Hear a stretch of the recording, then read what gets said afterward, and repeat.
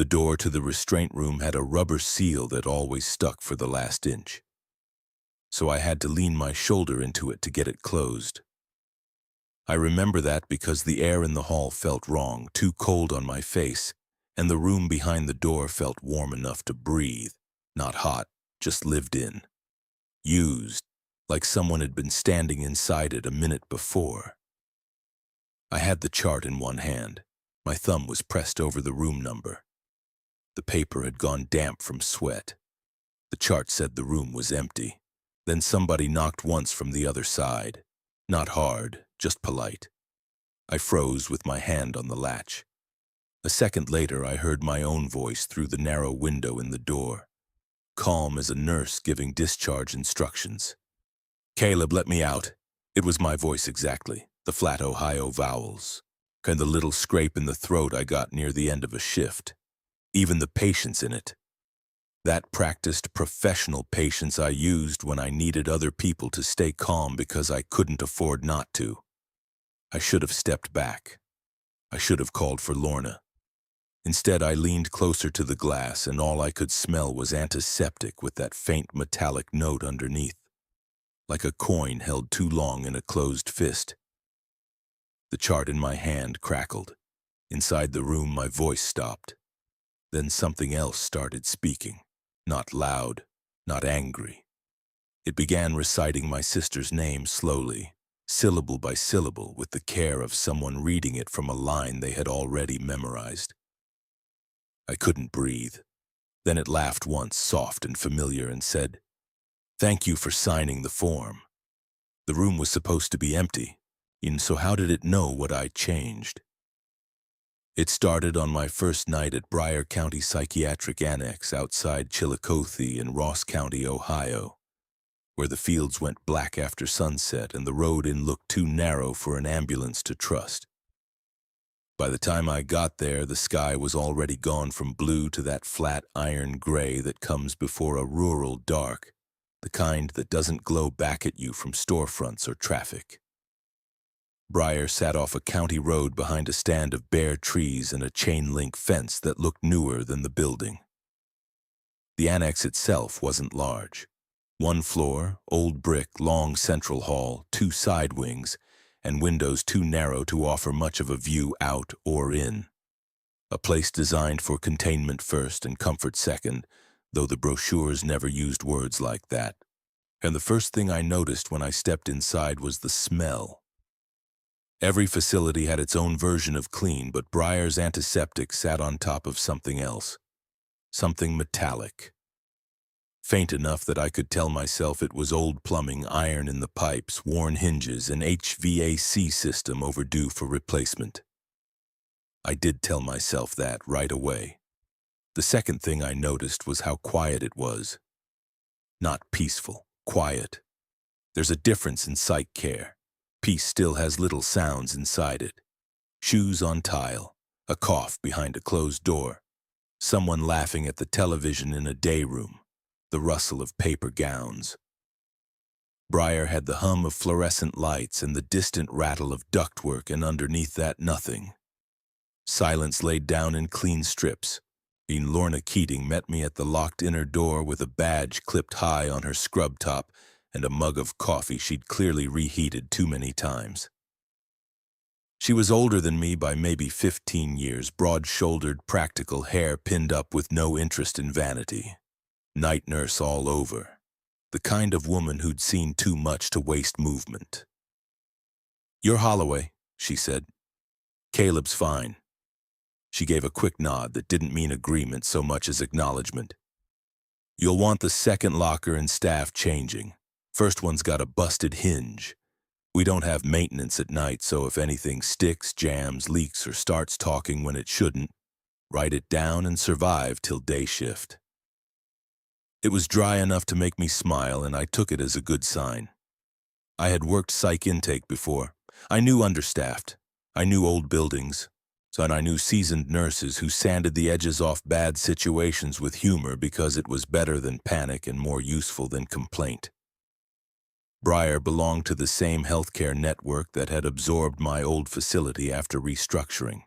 so half the software looked familiar the moment I saw the monitor glow at the nurse's station. Same charting system, same medication interface, same blank little fields where a few words could follow someone for years. That thought came and went fast. I didn't hold on to it.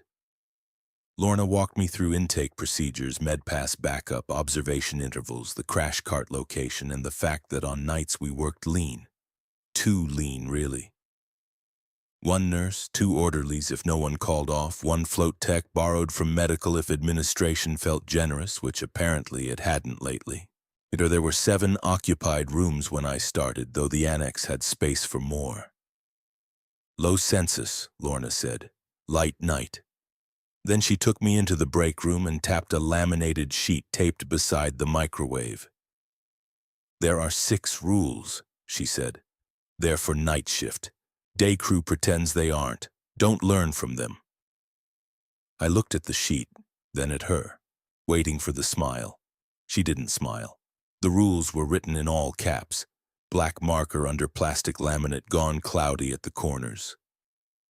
They read like bad training material from a supervisor trying to scare new hires into compliance, and because I already had one foot in that interpretation, I stayed there. Do not respond to any voice coming from an unoccupied room.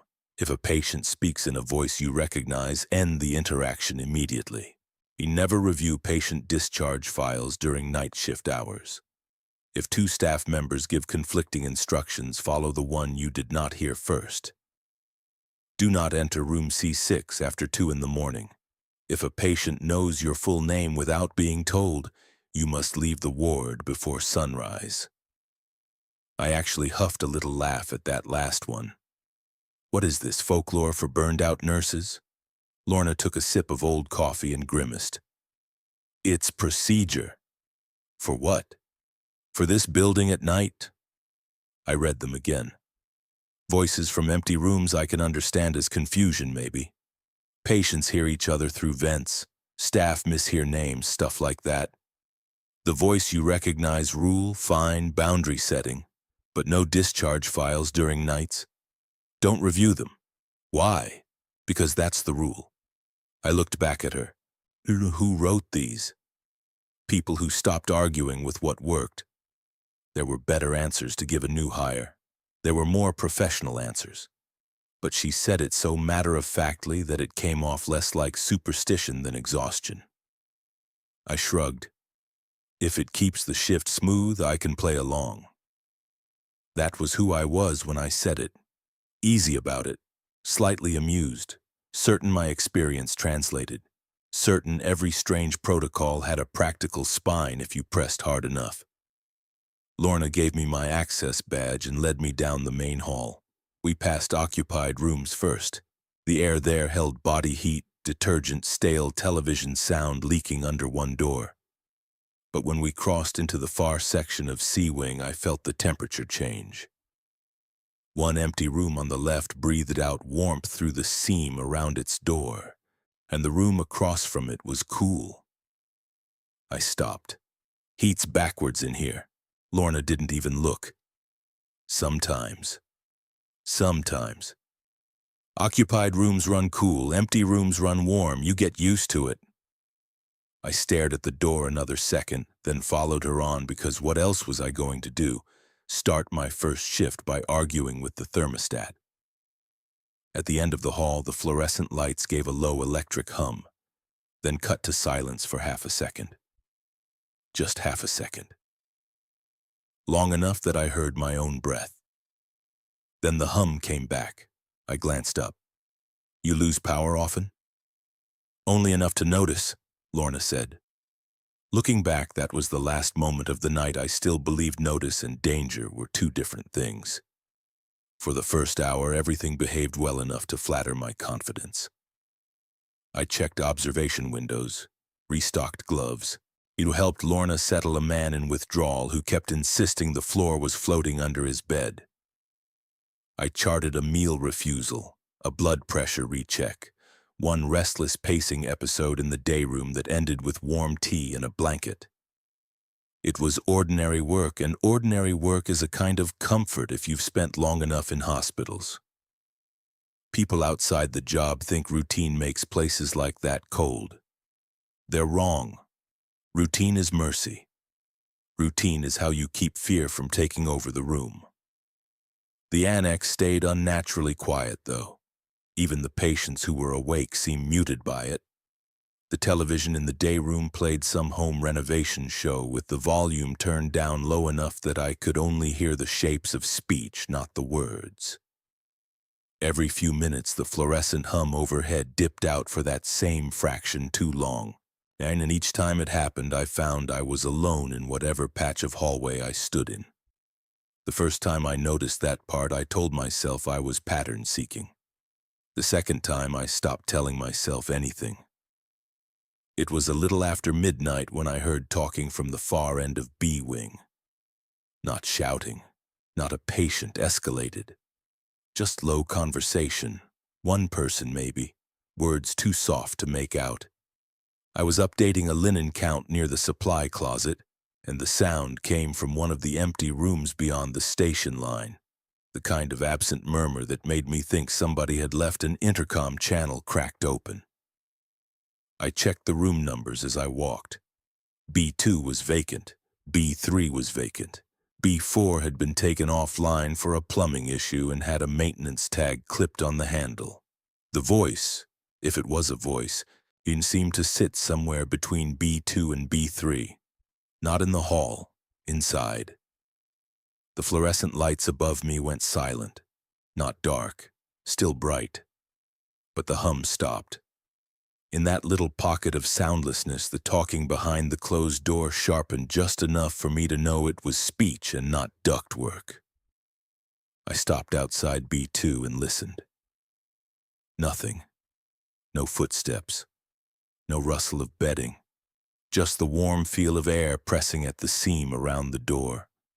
Warmer here than it should have been for a room with nobody in it. I should have remembered the laminated sheet in the break room.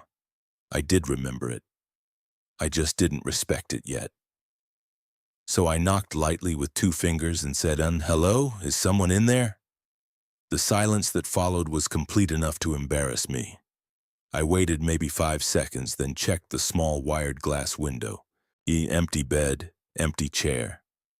Door to the restroom open, no movement. I unlocked the room and stepped halfway in.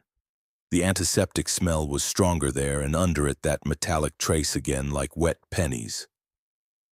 The room was warm enough that it brushed sweat out along my back. No patient, no family visitor, no staff. I even checked the intercom speaker. Nothing looked wrong. "Great," I muttered. "Ghost in the wiring." That was the tone I had then. Light, professional, mildly annoyed by faulty equipment. I backed out, locked the room again, and headed toward the station to log it as a possible intercom malfunction. I had almost reached the corner when something spoke behind me. It wasn't loud. I wouldn't even call it a response, not exactly. It sounded more like the room trying on the idea of one. "Inside," it said. A single word. Quiet. A breath close. Genderless. I turned fast enough to wrench something in my shoulder, but the hall was empty and the room door stayed closed. The wired glass showed the same bare little rectangle of bed and wall. I stood there for a full 10 seconds, heart working harder than the situation justified. Then the fluorescent hum came back overhead. I exhaled and walked to the station. When Lorna looked up from her med card, I kept my voice even. "You got a glitch in B-Wing. Thought I heard somebody talking in an empty room." "Which room?" "Hard to tell. Maybe B2. She didn't ask what it said. She didn't ask whether I'd answered it. She only nodded once and said, "Log it. Use equipment issue, don't use quotations." That struck me as oddly specific, but I still filed it under institutional weirdness. Facilities had their blind spots. Administrators hated anything in writing they couldn't reframe. I documented intermittent audio from vacant room, possible intercom fault, no patient present. Clean language, neutral language, the kind that asked for maintenance instead of questions. Nothing happened after that. No alarms, no code, no sudden patient crisis, no shadow under the door. The rest of the hour passed in such complete normalcy that I felt almost sheepish for how hard my pulse had kicked up. By 1 in the morning, I had already started sanding the edges off the incident in my own head. Old building, acoustics, suggestibility. Nightshift amplifies everything. That's how false safety works. It doesn't make you feel safe all at once. It just lets you keep being wrong. Vincent Rourke came in from the receiving side a little after 1, and carrying a stack of folded gowns under one arm and moving with the careful efficiency of somebody who'd already learned the building had moods. He was younger than I'd expected from the way Lorna had mentioned him. Maybe early 30s, tall, narrow-faced, with dark hair cut short and a habit of glancing at door windows as he passed them without ever seeming obvious about it. He wore the same dark scrub set I did, but his badge reel had been wrapped in black tape to keep it from clicking against the plastic holder. "Mercer Holloway," he said when Lorna introduced us. I corrected him automatically. "Caleb." He looked at me for half a beat too long, then nodded. "Right." There was nothing overtly unfriendly about him. If anything, he was polite. He just carried himself like a man already in the middle of an argument I hadn't heard start, and we worked a set of observation rounds together so he could show me the quirks of the wing, which doors swelled in wet weather, which patients startled if you used the flashlight under their windows, which charting terminal froze unless you woke it with the mouse instead of the keyboard. He knew the job. More than that, he respected the flow of it. No swagger, no trying to impress the new guy by pretending nothing bothered him. I liked that. What I didn't like was the way he talked about the rules. We were in the supply corridor off C Wing, restacking paper scrubs when I mentioned the laminated sheet in the break room. "So Lorna's got you doing folklore already," he said. "I wouldn't go that far." He slid a bundle of gowns onto the shelf and lined the edges until they sat perfectly flush. "You answer an empty room yet?" I looked at him. Then why ask that first? "Because everybody does." I gave a short laugh. "Yeah, I did. Nothing happened." Vincent kept his eyes on the shelf. "Something always happens." Then I missed it. "No," he said. "You just think time's moving the way it should." I should have pushed back harder there, or walked away, or recognized that whatever conversation we were having was not the kind coworkers had on a first shift unless something fundamental was off. Instead, I leaned into my own skepticism because skepticism felt like solid ground. "Okay," I said. "Explain Rule 4 then." That got his attention. He turned fully toward me. "If 2 staff members give conflicting instructions," I said, quoting from memory, "follow the one you did not hear first. Lorna says that's the rule," which sounds like somebody trying to be clever in a break room. Vincent's expression changed, not dramatically, but enough that I could see I had stepped into something important to him. "That's not how you follow it," he said. "It is what it says." "No," he shook his head. "It means you trust the first instruction. Always.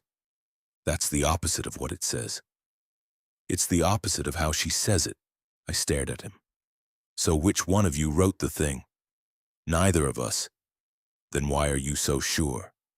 "Because I've watched what happens when people get cute with wording." His tone stayed calm. That was the unsettling part. If he'd sounded superstitious or worked up, I could have dismissed him with the rest of the building's odd habits. But Vincent sounded like a man explaining where the fire extinguisher was kept. I folded my arms. "Then why not rewrite it?" His mouth twitched, not quite a smile. "You think the sheet's the important part." Before I could answer, he nodded toward the cart at the end of the corridor. "You worked in take before this." It wasn't a question. "Yeah," I said, careful. "Same network?" "Before they consolidated." He looked at me again with that same measuring pause. Then you know paper's never just paper. Something cold worked across my shoulders, though the corridor itself felt warm. Everybody in healthcare knows that. Not like this place. I should tell you that Vincent wasn't some wild-eyed prophet pacing the halls and trying to recruit me into a belief system. If anything, he seemed annoyed by the whole subject, tired of explaining it, tired of being right in ways nobody thanked him for. And that was what made him dangerous to my judgment.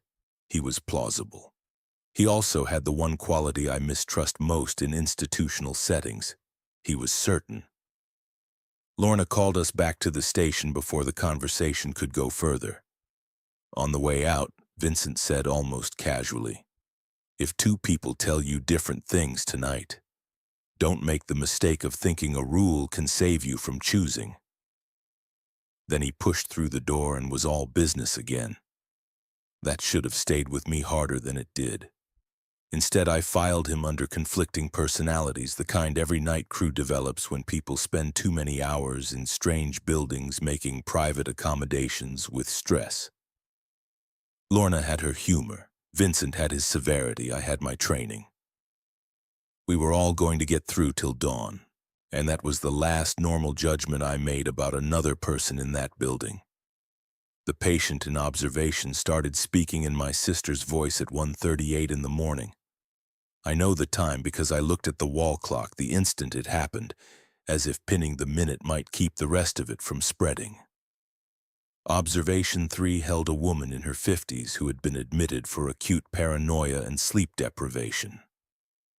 She'd spent most of the night pacing the perimeter of the room in slipper socks, muttering at the corners, stopping every few passes to flatten her palm against the glass and stare at her own reflection.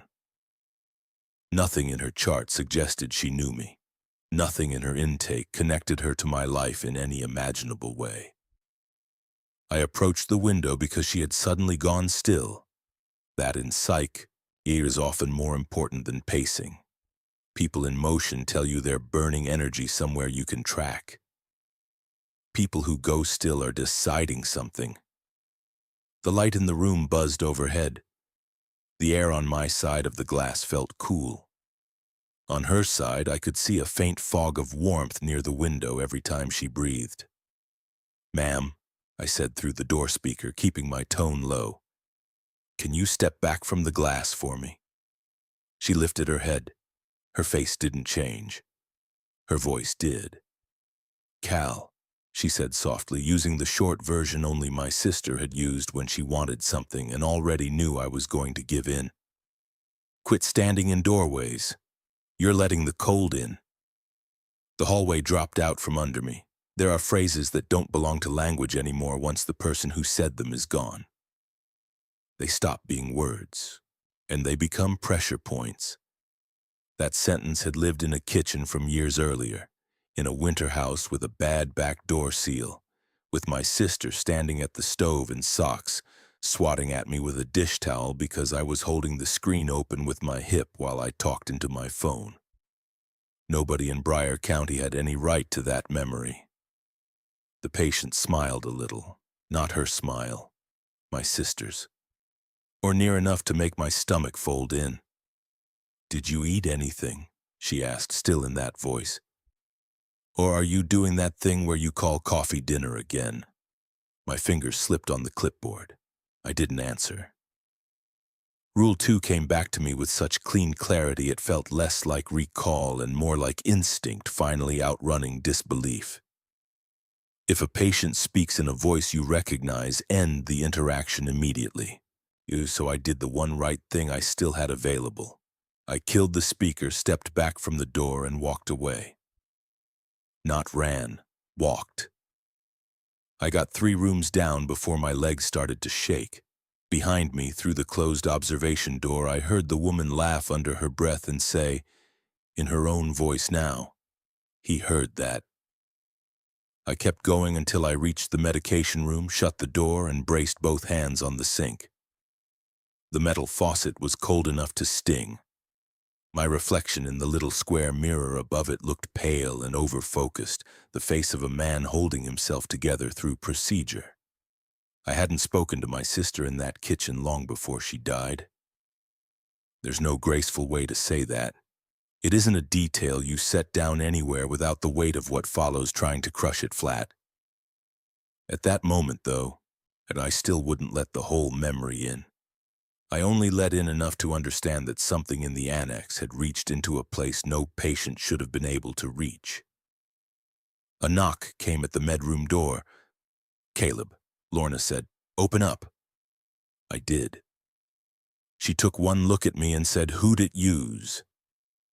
That phrasing should have broken something in me.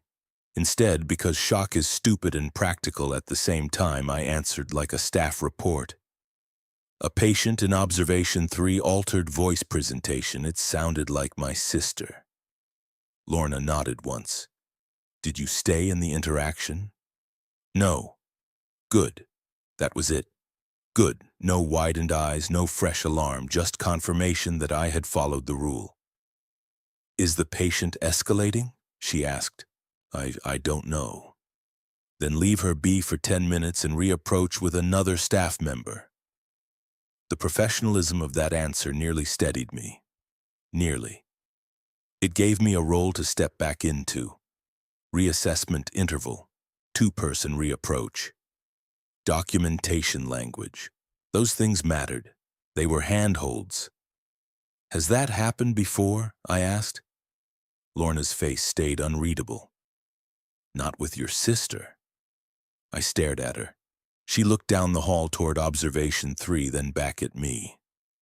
"It doesn't start physical, not if it doesn't have to." I should have walked out then. If not from the ward, then at least from the corridor. I should have called a supervisor. I should have demanded daylight explanations and administrative involvement and every rational escalation a rational system provides. But I was already caught by the oldest weakness in people like me. I needed to know how. I know now it wasn't trying to frighten me in that room, not yet. It was proving it knew where to press. And I let it. The nurse's station computer sat under a ceiling panel that buzzed louder than the others. A thin mosquito whine buried inside the fluorescent hum.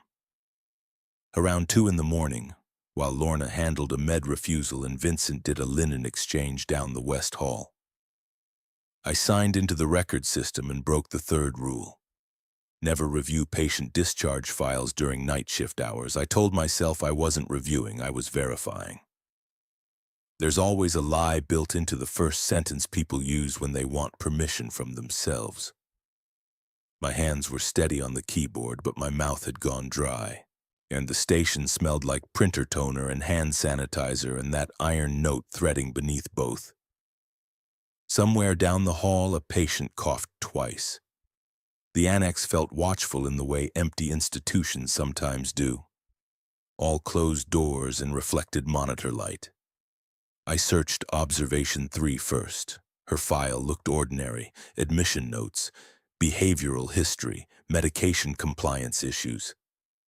Nothing about family, nothing about me, nothing remotely capable of explaining what I had just heard. So I went deeper into the shared archive. Same network, same old intake migrations, same consolidated database with legacy records buried under system updates nobody fully understood anymore.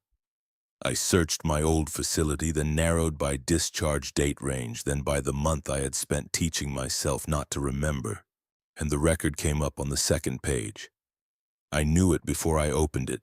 I knew it from the case number. I knew it from the age, the county, the diagnosis summary I had rewritten so many times in my head that seeing the sanitized version on screen made my skin prickle. Male patient. Acute psychosis. Escalation in holding. Family requesting release. Discharge to home. My signature sat at the bottom. Only the timestamp was wrong. It didn't say 3 years earlier, on a Thursday afternoon under the hum of intake fluorescence while an auditor from Columbus was doing a surprise review, and my supervisor had already warned us that any unnecessary holds would be examined for billing abuse. It said I had signed the discharge form at 1:52 in the morning, this current shift, tonight. I checked the header twice, then 3 times. Same record ID, same archived file path, same digital signature, current timestamp. The breath went out of me so hard I had to grip the edge of the desk. I opened the detailed note section. There, in the narrative field, was the lie I'd told for years in the cleanest language possible. Patient agitated but redirectable. No sustained threat to self or others observed during final evaluation. Family support available. Discharge appropriate with outpatient follow-up. What I had removed wasn't poetic. Guilt never is. I had deleted the line about the metal clipboard thrown hard enough to dent drywall. I had removed the phrase command content directed toward a female family member. I had changed unstable home release from contraindicated to family insistent, risk discussed. I had signed because holding him meant incident review, and incident review meant scrutiny, and scrutiny meant my earlier failure to document his first violent episode properly would have surfaced. I told myself the family wanted him home. I told myself he was de-escalated. I told myself a lot of things that were cheaper than the truth. The truth was that I protected myself with a form. And my sister died because I did. I had never said that sentence out loud, not even alone. At the station, staring at that screen, I didn't say it then either. I just felt the shape of it rise, complete and sickening, as if the record had finally grown strong enough to carry what I'd buried underneath it. Something flashed in the corner of the monitor, a patient banner. New activity. I clicked reflexively. For 1 second, maybe less, the screen displayed a chart under active status with my name at the top. Caleb Mercer Holloway. Admitted. No room assignment, no diagnosis visible, just active patient. Then the page refreshed and the banner vanished. I jerked back from the monitor so fast my chair wheels chirped against the tile. The fluorescent hum overhead cut out. Again, the lights didn't go dark, they just stopped sounding alive. In the silence, I heard somebody breathing close behind me. I turned. No one. Open chart on screen. Empty corridor beyond the station. A medication cup on the counter. A pen rolling slowly until it tapped the desk edge and stopped. Then the hum returned. I should have called for help. Instead, I minimized the file like a criminal hiding contraband.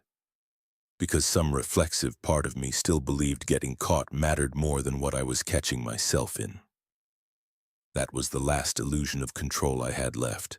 Even when Lorna came back to the station, she looked at the screen, then at me. "Have you been in discharge records?" she asked. My throat tightened. "Why?" "Because you shouldn't do that at night." The answer was so close to the rule that it sounded rehearsed. "What happens if you do?" Lorna set down her med cup tray with careful hands. "Usually the wrong file opens." I laughed once, but there was no humor in it. "That's not what happened." "No," she said quietly. "I don't think it is." I looked at her, really looked, hoping for some flicker that would tell me she understood what I had found, what it meant, how impossible it was. Instead, she asked, "What time does the system say it is for you?" I didn't answer, because I didn't know how. By then it was 20 minutes to 2 in the morning and the clock had started to matter, and you could feel it in the ward. The silence deepened, not louder exactly, but tighter. The fluorescent hum seemed to pull itself inward between pauses. Even the air changed. Empty rooms along C Wing were warmer now than the occupied ones by several degrees, enough that the hall felt patchy against my skin, cool then warm then cool again as I moved. Lorna handed me a ring of keys and said, "I need you to check room C6 before 2. It took me a second to process the sentence because it arrived with such ordinary authority. The voice of a nurse delegating a task, no drama, no emphasis. "Check it for what?" I said. "Occupancy." I thought Rule 5 was don't enter C6 after 2. That's right, she said. It's not 2 yet. There are instructions that sound reasonable only because they arrive in the shape of work. DC6 was just another room number, another locked door. Another thing to verify before a time threshold. If she'd told me to count linens in storage, I would have taken the keys the same way. Then Vincent came through the West Hall doors carrying an empty meal cart, heard the exchange, and stopped dead. No, he said. Lorna didn't even turn toward him. I'm assigning C-Wing. You don't send him near that room. Lorna's jaw tightened. It's part of the wing. Not that part. I looked from one to the other. The corridor air smelled suddenly sharper, antiseptic gone acrid in the back of my throat. Can somebody tell me what C6 actually is? Lorna answered first. A room that needs checking. Vincent answered over her. A room you leave alone. Conflicting instructions. The words on the laminated sheet came back with hateful clarity. And if 2 staff members give conflicting instructions, follow the one you did not hear first. I had heard Vincent's objection second, which meant by the wording as Lorna had given it, I was supposed to follow her original instruction and go. But Vincent had already told me earlier his version was the opposite, that the rule meant trust the first instruction always. The problem wasn't superstition anymore. The problem was betrayal built into procedure. They both watched me, not angry, not pleading, waiting. I wish one of them had looked overtly insane. I wish somebody had raised their voice. I wish the whole scene had tipped just far enough into obvious wrongness that refusing would have felt like reason instead of choice. But that wasn't the shape of it. The shape of it was institutional. 2 co-workers, 1 task, 1 policy dispute. Aid 1 exhausted building in the middle of the night. Choose. Vincent set the meal cart aside. Don't do this because a sentence on a sheet tells you it absolves you. That hit harder than it should have, and his eyes told me he knew it. Lorna finally looked at him. Then say what you're actually arguing. He held her gaze. I'm arguing the room doesn't need him. It needs a mistake. The temperature in the corridor seemed to climb all at once. I could feel sweat at the base of my neck. Caleb, Lorna said, and her tone softened, which somehow made it worse. Before 2. Her use of my name decided me more than the rule did. It sounded grounded, practical, human. A nurse trusting another professional to do a basic task in a difficult building. Vincent's warning, by contrast, asked me to trust fear. I had spent too many years training myself not to. So I took the keys. Vincent stepped in front of me once, not touching, just blocking the line to C-Wing. If you go down there, he said quietly, don't answer anything that sounds relieved to hear you. I almost asked him what that meant. Instead, I said, if this is some kind of test, it's not funny. That's the first honest thing you've said tonight, he replied. Then he moved aside. That was the moment the rule stopped protecting anyone and became the mechanism that delivered me exactly where something wanted me. The hall to C6 narrowed after the last occupied room. No more television murmur, no soft patient movement. Just closed doors, strip lighting, and my own shoes making dry rubber sounds on waxed tile. The farther I walked, the warmer the air got. Not furnace heat, not broken vent heat, human warmth in places where no one should have been. My badge opened the first security door. The second had to be keyed manually. By the time I reached C6, the wall clock at the intersection behind me read 1 minute to 2. The room door looked like every other door in the annex. Same reinforced window, same painted number plate, same institutional beige with too many layers of touch-up on the lower half. But standing in front of it, I felt the same certainty I had felt outside Observation 3. That some threshold had already been crossed before my hand ever touched the key. The fluorescent hum overhead vanished. I put the key in the lock. Inside the room, something shifted its weight. I heard it, a soft scrape as if a shoe sole had turned against the floor. Every part of me tightened. I should have stepped back then. I know that now. I knew enough of it then to hesitate, but the clock behind me was ticking toward 2 in the morning, and I had a task in my hand and a life built on mistaking action for responsibility. So I opened the door. Room C6 was empty. Empty bed, empty chair. One blanket folded with hospital corners too neat to be accidental. The air was warmer inside than in the hall by at least 10 degrees, thick and close, carrying the sting of antiseptic and that metallic undertone now strong enough to taste. I took one step in. The door closed behind me without sound. I spun around. No slam, no latch click. It was simply shut. "Lorna," I said. Nothing. No response through the hall. No footfalls outside. Then from somewhere near my left ear I heard my old supervisor's voice say, it clear as if he were standing beside me, "If you write every incident the way it happens, you'll bury the unit." I went cold. The voice came again, this time from the far corner by the empty bed. My own voice answered it. "He's redirectable now." A second later, the patient from years earlier spoke from behind me. "Don't send me home tonight." I turned so fast the room blurred. No one. The walls held the sound and fed it back altered, not echoed exactly, but revoiced. A woman crying from intake. A security guard asking who threw the clipboard. My sister's voicemail, the one I never deleted, saying she'd left leftovers in my fridge if I got home before they spoiled. Then my own voice, again measured and professional. "Family support available." The room wasn't haunting me. It was arranging me, piece by piece, sentence by sentence. I backed toward the door, found the handle, yanked, locked. My breathing turned shallow. The air in C6 felt used up, too warm, too intimate.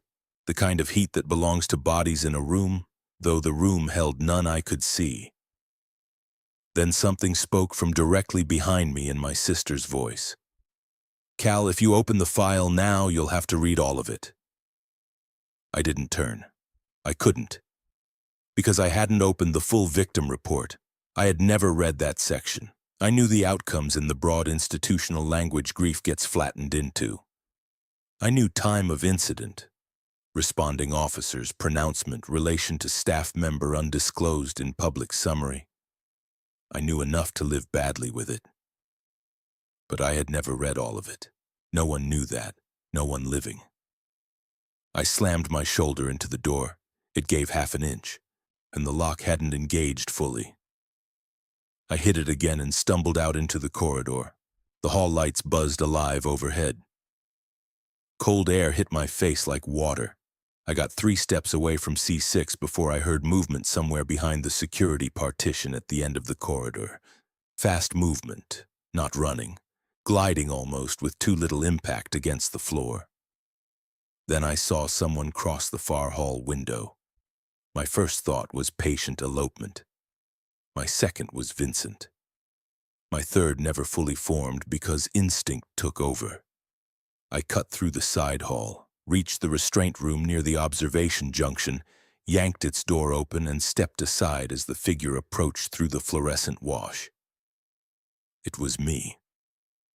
Or something wearing my shape at a distance that only needed my panic to finish the details. I didn't study it. I couldn't. I just saw my own scrub top, my own height, my own face in bad hallway light, and every training reflex I had left collapsed into one dumb act of containment.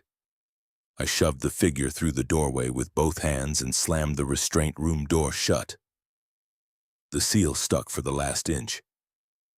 I leaned my shoulder into it. I locked it from the outside.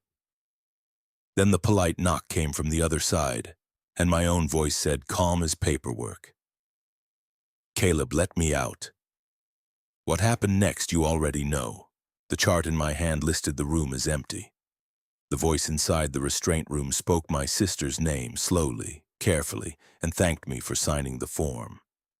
Then it added one more thing. "Caleb Mercer Holloway, it said. You need to leave before sunrise. Rule 6. If a patient knows your full name without being told, you must leave the ward before sunrise. I stood there with the keys digging into my palm and understood finally that the rules were not a list of precautions. They were a sequence. When I found Vincent again, he was wiping down the day room table with disinfectant and humming under his breath. That was the first wrong thing. The sound. Not the tune itself. Just the fact that it was mine. I hum when I need my hands steady. Always have. Never loud enough for other people to notice unless they're standing close. A few broken notes, tuneless, just vibration to keep my breathing even. Vincent stood at the table, cloth moving in small, neat circles, humming that same half-formed habit like he'd been born with it. I stopped in the doorway. He looked up and smiled in a way that wasn't mocking. If anything, it was sympathetic. You got out, he said. My skin crawled, not because of the words, because of the cadence. He placed the stress where I would have. Left the same fractional pause before the second word. Borrowed, not copied. Learning. What are you? I said. Vincent wrung out the cloth into a red bucket. Tired of being asked that like it only has one answer. I moved closer without meaning to, anger and fear making the same bad fuel. You knew what was in that room? Yes. You sent me anyway. No, he said, the rule did. That should have sounded evasive. It didn't. It sounded true enough to hurt. Behind me, soft shoes approached on tile. Lorna. She took in my face, the open hall, Vincent at the table, and said in the same tone she'd used to ask about medication counts, "Have we processed you yet?" The sentence landed in me like cold metal. What does that mean? Lorna frowned slightly, not confused, just assessing. You're still verbal, that's good. I looked from one to the other. Will one of you please stop talking like I'm not staff? Vincent set the cloth down with exaggerated care. That's been unstable for a while. I backed up a step. My badge works. For now, Lorna said. I laughed, and this time it sounded too high, too thin. So that's it? You both just say impossible things until I act like the crazy one.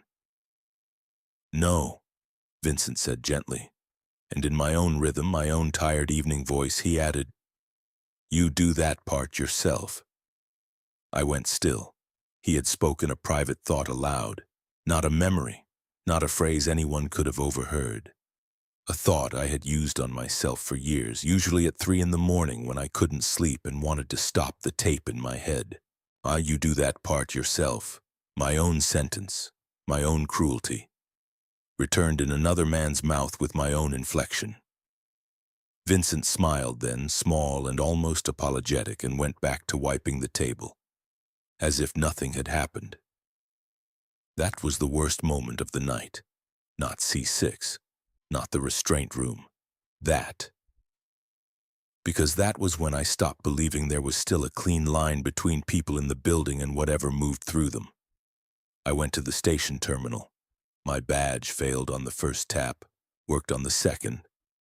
The screen loaded slowly, flickering through staff assignment panels before settling on the census list. For a second, I saw my own name where staff should have been, then under temporary holds, then nowhere at all. The hum in the lights cut out. When it returned, Lorna was standing beside me. And you have till sunrise, she said. To do what? Decide whether you're leaving. Rule 6, the last rule. Leave the ward before sunrise. The obvious choice was the door. I knew where the exit was. I knew the road back to Chillicothe. I knew how easy it would be to get in my truck, drive until the building was in the mirror and then gone, tell myself later that survival counted for something on its own. If I left before dawn, maybe whatever had taken interest in me would stay tied to Briar. Maybe I would lose the chance to understand, but I'd keep enough of myself to live. Then the discharge file pulsed in my mind like a wound reopening. Current timestamp, My signature. My lie still active. If I walked out, the record stayed what it had always been, clean, protected, useful to the system that had already decided I was blameless as long as the paperwork held.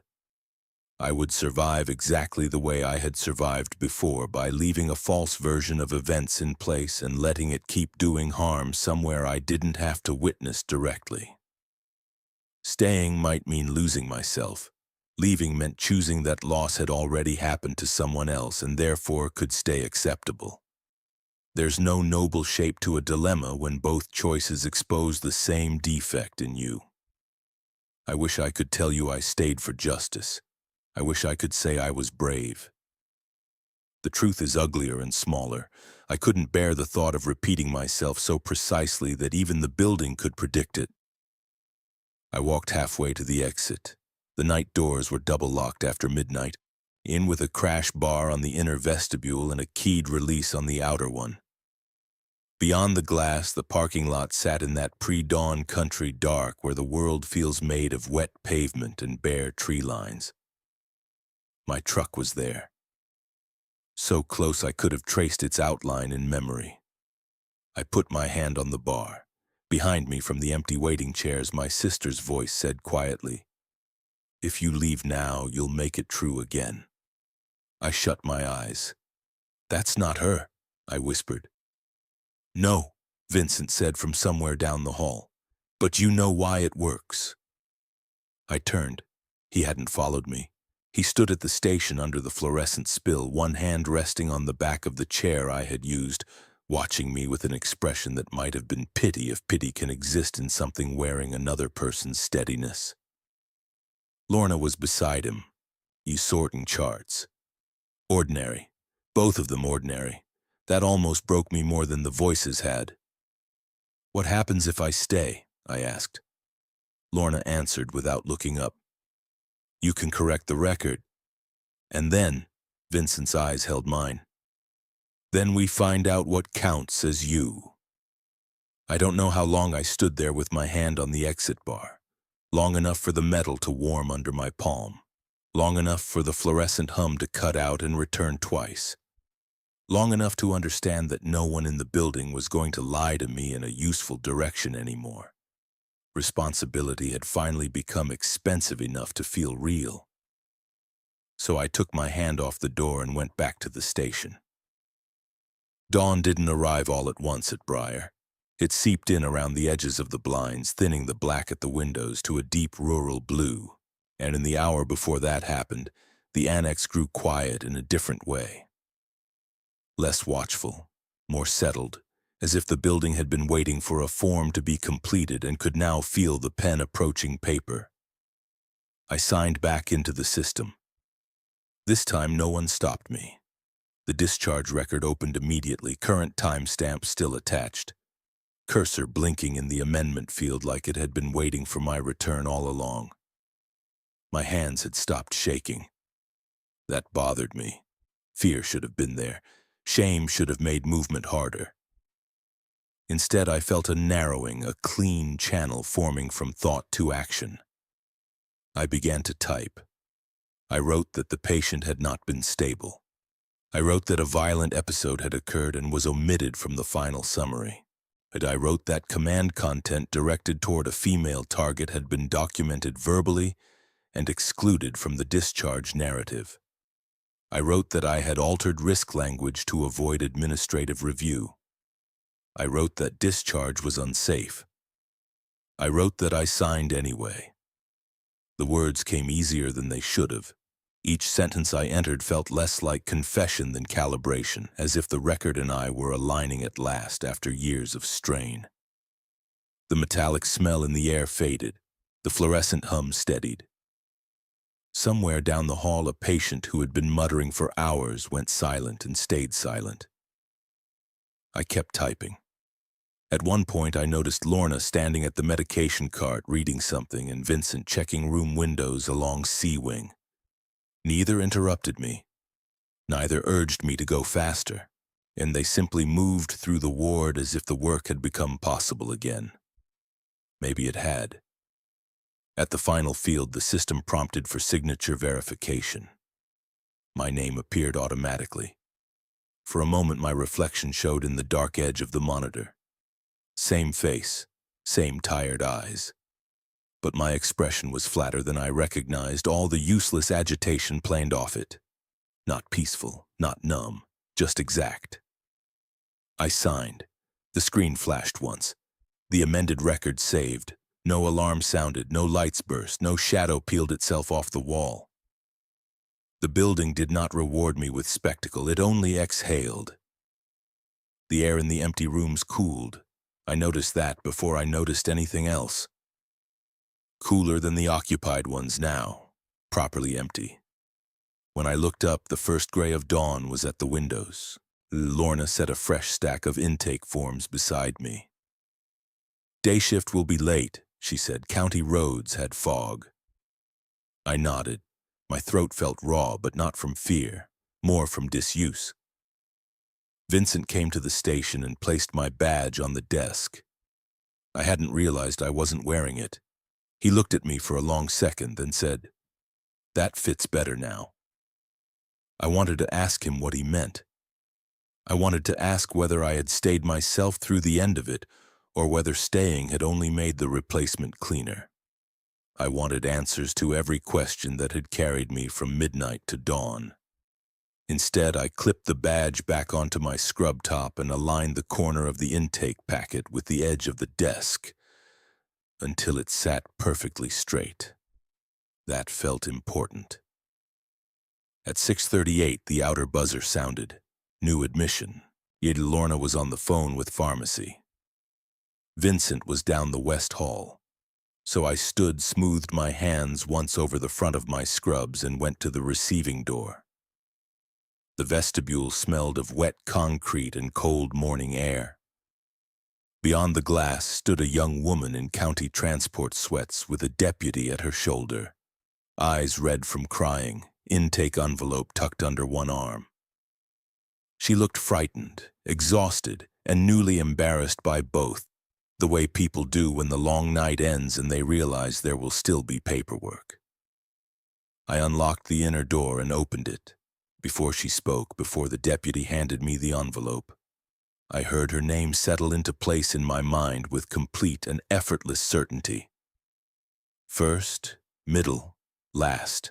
I smiled the way staff are supposed to smile when they want a patient to believe the next room will be kinder than the last. "Good morning," I said, and greeted her by her full name. She blinked at me in surprise. "How did you know that?" Behind me, the ward was warm where it should have been warm, cool where it should have been cool, and the fluorescent lights never missed a note. I took the envelope from the deputy and told her to come in out of the cold. When I signed her intake, my handwriting was steadier than it had ever been.